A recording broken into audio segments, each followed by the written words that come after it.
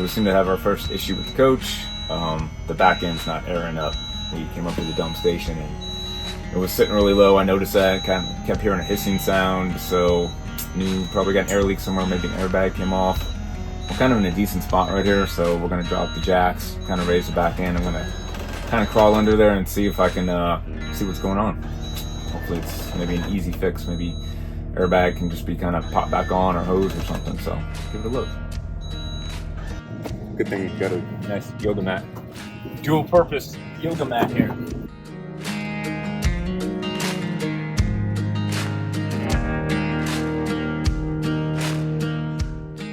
Guys, welcome back to Why Wait.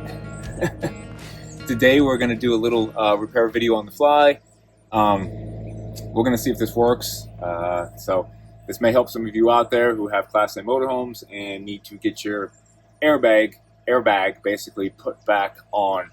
What happened was, in some of these cases, if you extend the jacks too far, if the rear jacks can get extended a little bit too high sometimes, that can be a culprit for an issue to pop the airbag off. And what was happening was when we went to air up, the coach wasn't airing up back here. The suspension wasn't filling up. We could hear the hissing. It was sitting low, knew something was wrong. So we contacted Douglas Sewell, who we bought the motorhome from, and they got us in contact with one of the mechanics. Kind of told me the issue. I was under here looking at it, so I kind of saw what he was talking about. It doesn't look too difficult, so let's get to it. I removed the bolt on the outside right here and take that nut off, and then go in on the inside where the air line is going and remove that one. That'll drop it down. So, and I'll point to you. I can kind of show it, yeah. Okay. There we go. So, this guy right here, which is really hard to see unless you're really up in here looking. Again, we got the camera in here, so remove this one, and then one on the other side that looks just like it, but it kind of has the airline going down into it, and that's obviously going to let this airbag drop, and then we'll go from there. Okay, guys, for those of you who are actually interested in doing this yourself, again, I'm kind of walking you through it here. There's an airline coming in that you need to remove, and it has like a little push fitting. It's going to take two hands, and I don't know if I can get the camera in here and show you, but on the blue line there's almost like a little brass copper ring where the blue line goes into like a black 90-degree elbow. Push in on that brass ring with one hand while you pull out on the blue air hose. And because there's no air in the system, because it's been leaking basically, it should just come out real easy, and it did. So I was able to push on that little brass ring and then pull out on the blue hose, and we got that disconnected. Now we're going to undo this last bolt right here, this nut, and it should come up over this black 90-degree elbow. If it doesn't, we'll have to unscrew that as well. So you can see, this is the little elbow. The blue hose is right here. Push in on this and pull out on the blue hose. Now we should be able, this should be the second nut that we need to take off of this bolt. If it comes up over this, we'll be good to go, and we can pull this airbag right here down. Let me see if I can zoom out. Oh, but that's where we're at. Now we're going to go ahead and remove this. Anything you want to say? Isn't for the faint of hearted. You need to be a contortionist or a mechanic, because these guys know how to position themselves in awkward spots. And when you go to undo this last nut here off this bolt, you're going to need a 1 1/16 inch socket, which is pretty big. But if you're an RVer, you might have one, because it's the same socket you would have for an anode rod. So luckily we had that.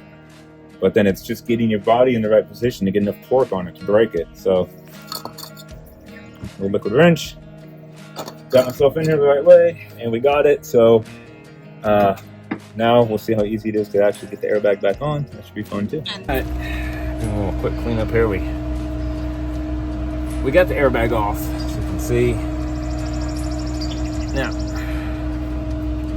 need to basically pop it out of here.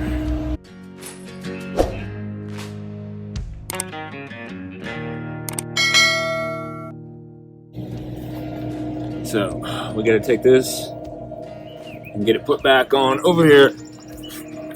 Oh, we got to get it put it on right there. Get that put on. It should eventually kind of look like that, like the other one. Let's see how we do here. Okay, next up, we have to remove the bottom of the airbag. You can see it's got 2 bolts, one here, one here. We're going to remove that, pull this piece out, get the airbag put back on this, and then reattach everything. So that's what we're removing right now. Okay, we got the airbag off.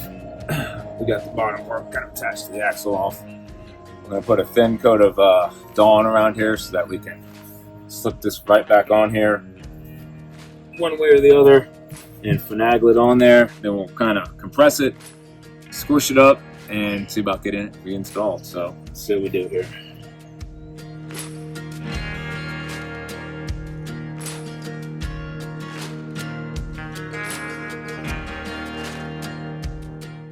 That's it.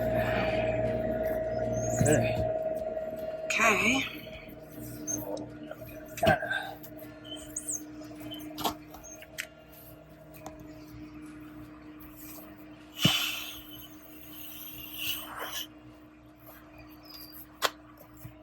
Squish it back down on there a little bit.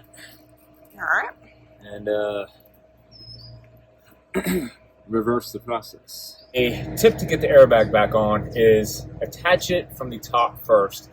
This way you can either pull it back down to bolt it on the bottom easier versus trying to pull it back up top. I still had problems with that, so I attached it at the top, and then I went ahead and started to lower my coach with the jacks. And as it would come down, you line up the 2 bottom bolts with the 2 holes attached to what I'm kind of calling the drum piece. And you're going to have to kind of turn those a little bit as it comes down. Get those lined up. When the 2 bolts come through the holes, just enough to get the nut on there, go ahead, get the nut on there, hand tight. After you do that, you can raise the coach back up. It'll pull the airbag apart a little bit so that you can continue working on it. Once you raise the coach back up a little bit so that you can get in here and work on it, go ahead and finish tightening everything down. That's when I got under there, and I went ahead and torqued down the two bottom bolts, got those tightened up. Then I went to the top, did the top 2, got those all tightened up and cranked down. And then lastly, put the little 90-degree air elbow on and pop the air hose back in there. We're going to go ahead and turn on the coach, retract the jacks, see if this thing airs up. Okay, we got the coach on. Everything's aired up. We're going to go look. We're going to do auto retract with the phone so I can keep an eye on it, listen to it, see what it does.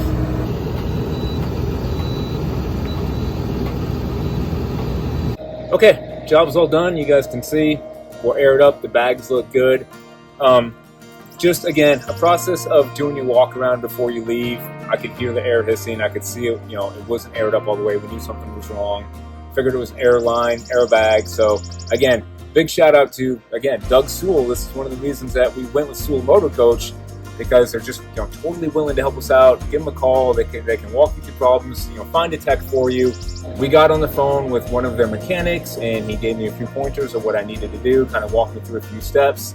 I hope this video helps some of you guys out. Again, even if it's not a project that you're willing to tackle yourself, or you just can't physically get in here and do, at least you kind of know what to look for, and maybe when a tech shows up, you can kind of tell them what's going on. So, anyways. Everything looks good. A simple fix. Except for you. Yeah. Everything looks good except for me. I'm a hot mess. It's, of course, it's a 90-degree day out, but it's not a crazy difficult job. You don't even need parts.